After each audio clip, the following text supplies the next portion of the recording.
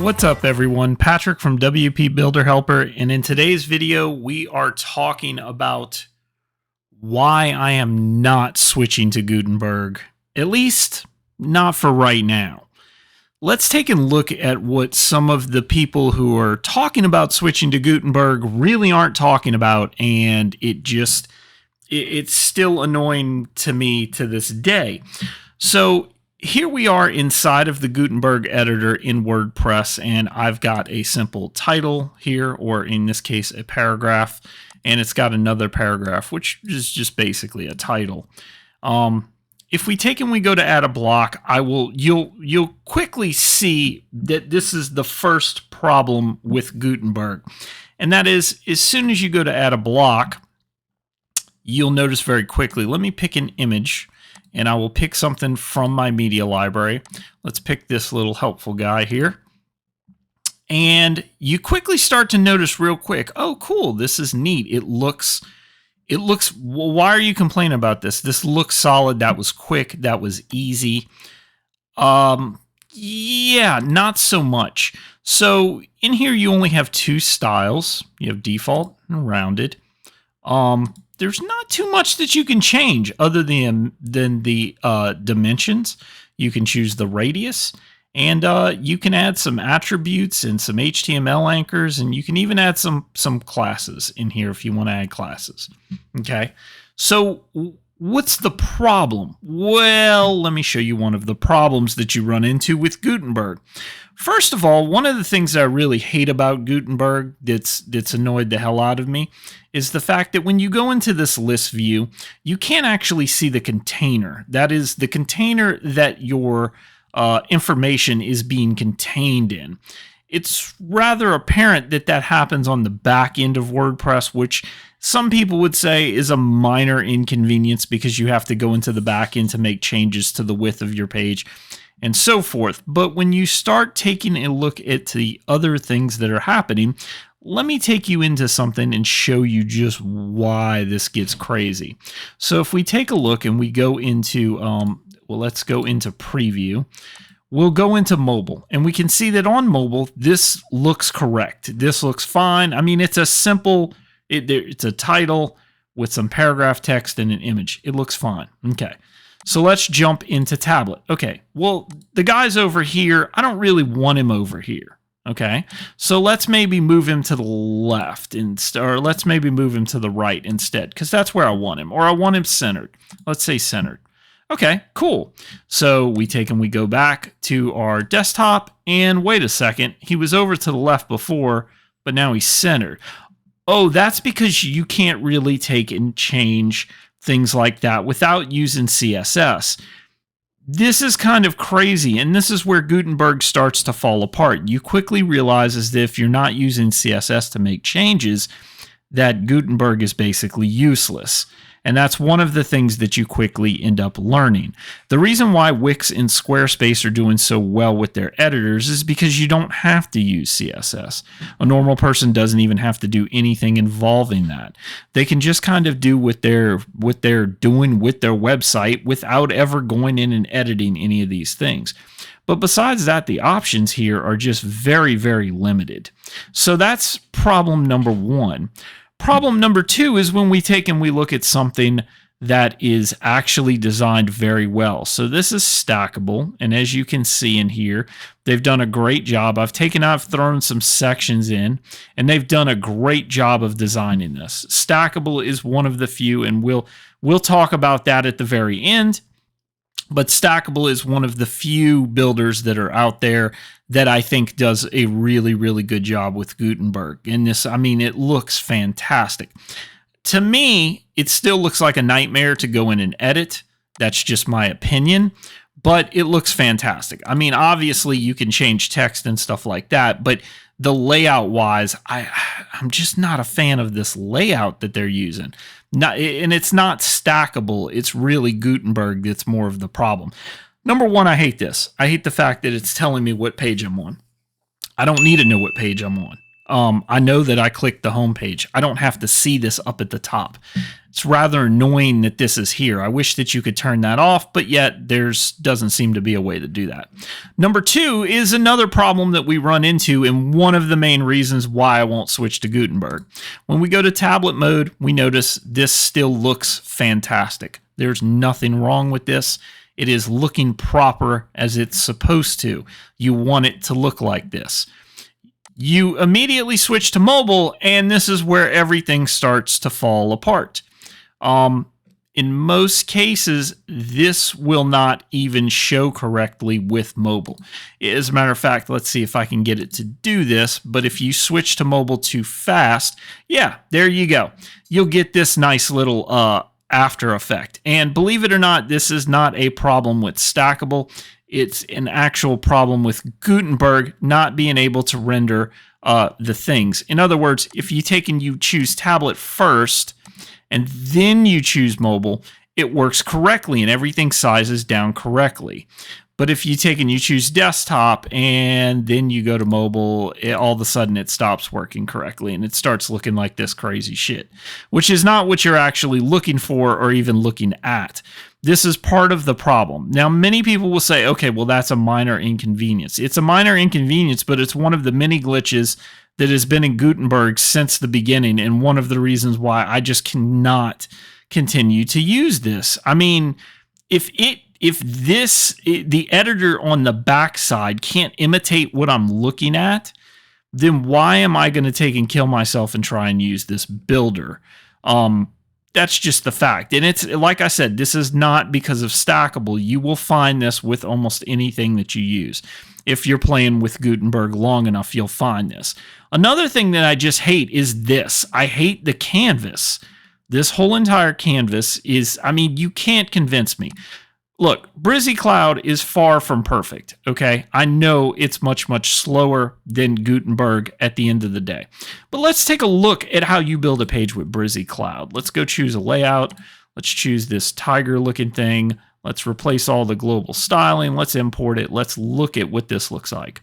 Okay, from the very start, I instantly see what the page looks like. As a matter of fact, when I go in here and I go to tablet, oh look, it sizes down correctly. I don't see anything crazy happening with it. That's because they've done a good job of making sure that their editor works on everything. WordPress, on the other hand, the Gutenberg default, not so much. Also, when I'm looking at this stuff, I can see clear indications of colors, which, believe it or not, make a difference when you're trying to figure out where one part of a design ends and another part begins. Just by hovering, you can see that. Now, you do have that to some extent with Gutenberg, I'm not going to lie, but the fact that they don't use colors with anything, I mean, I guess you've got this blue, and that's about it. Yeah, everything is basically blue. So, I mean, you've got the dotted line, and I guess that means that you're about to click on that and edit that. But everything's basically blue, whereas you go into something like Brizzy and you can start seeing that you've got different sections. You've got some columns. You can see that these are columns.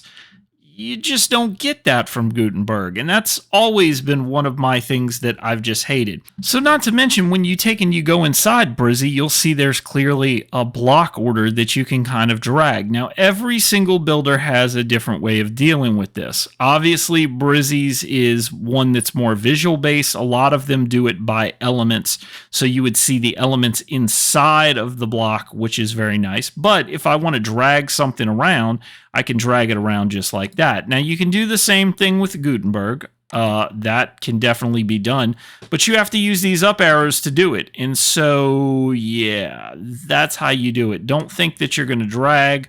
You can try and drag, and good luck with that. You're going to figure out very quickly that is a nightmare. So just telling you that right from the beginning. Another thing that's bothered me about Gutenberg is let's compare Gutenberg with some of the bigger builders. So let's compare Gutenberg with Oxygen.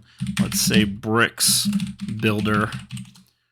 Let's say Beaver Builder.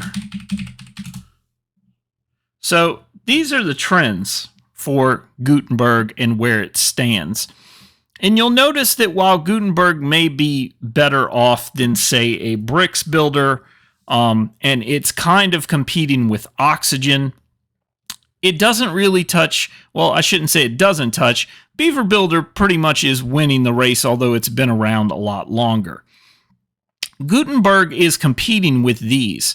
The second you take Gutenberg and you throw in Elementor, and let's change this to Divi, all of a sudden you see a very different model, and you realize very quickly that Gutenberg is a speck in the sand of what is going on. Now, I get it's a builder, but in some ways, Gutenberg is still competing with these builders.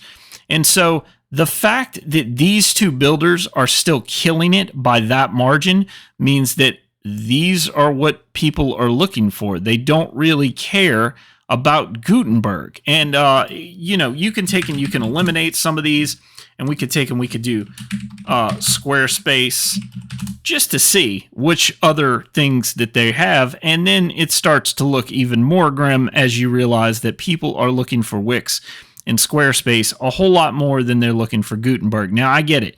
Gutenberg is WordPress. If you compare WordPress to that, it's going to take and it's going to win. That's not the point. The point is nobody is looking up this builder. They're not worried about it. Now, are they worried about some of the other builders? Yes, definitely. I think that Stackable and some of the other ones that are out there are doing a good job. So for me, I'm sticking with the page builder. That's my reason why. You can argue with me. Feel free to come in and take a look at these trends and do it yourself, but it's based upon the US and it's what's going on currently. And it just gives you an idea of where everything falls into place. I mean, it's cute to think that Gutenberg is really good, but when you actually look at it, it's really not. It doesn't even compare to some of these other builders. And when we're taking and we're looking at that, I mean, it really puts a damper on things because you realize very quickly that Gutenberg really isn't even a speck in WordPress's eye compared to Divi or Elementor or even Beaver Builder, if we're considering that. Beaver Builder still somewhat has more of an edge than Gutenberg. Very light edge, but still has more of an edge than Gutenberg. And so that just goes to show you the weakness of Gutenberg overall and the strength of these builders, even though these builders are slower in most cases than Gutenberg is. People in most cases want ease of use over something that's faster, and that's important. So keep that in mind. There was a story that came out a long time ago that was about an airplane, and it said that people had wanted larger seats, more space and everything when they flew. So the airlines did that with one of their planes, and it ended up being a disaster because what ended up happening was people stopped buying tickets for those because the ticket prices had to go up. Well, then the airline discovered that it wasn't actually bigger seats that people wanted. They wanted cheaper prices. So at the end of the day, it's kind of the same thing with Gutenberg. People want faster sites, but they also want something that is quick and easy to use, and that is just not this. And it's not this right now. If WordPress goes in and changes this and adds more options, I think it possibly could be, but right now it's not this. This is just terrible. With that said, I told you that I would recommend some Gutenberg alternatives, and I should have had this already up. But this is one Gutenberg alternative that I recommend, Stackable. I mentioned them before, not getting paid by them. I just mentioned them before. They're really good. Also, Cadence is really good. I have licenses to both of those. And they're another good Gutenberg builder, but they're only a good Gutenberg builder because they have literally tried to fight against what's going on with Gutenberg by making changes to the Gutenberg design editor and kind of making it their own. There's also Quickly, which is another one that's really, really good, and I think does a fantastic job of just being a great Gutenberg editor. One more thing that I'd like to mention before I end this video is that not all Gutenberg builders are made equally. I did speed tests before, and some of the Gutenberg builders are just as fat as page builders and can slow your site down. For the most part, I haven't seen that with Cadence. I haven't seen that with Stackable, and I'm pretty sure I didn't check this one, but if I had to guess, I would think that it's just as fast as the rest of them. So keep that in mind. Not everything is just the fastest page builder out there, and by you switching to Gutenberg, it does not guarantee you a top listing on Google just because you picked it. So just remember that.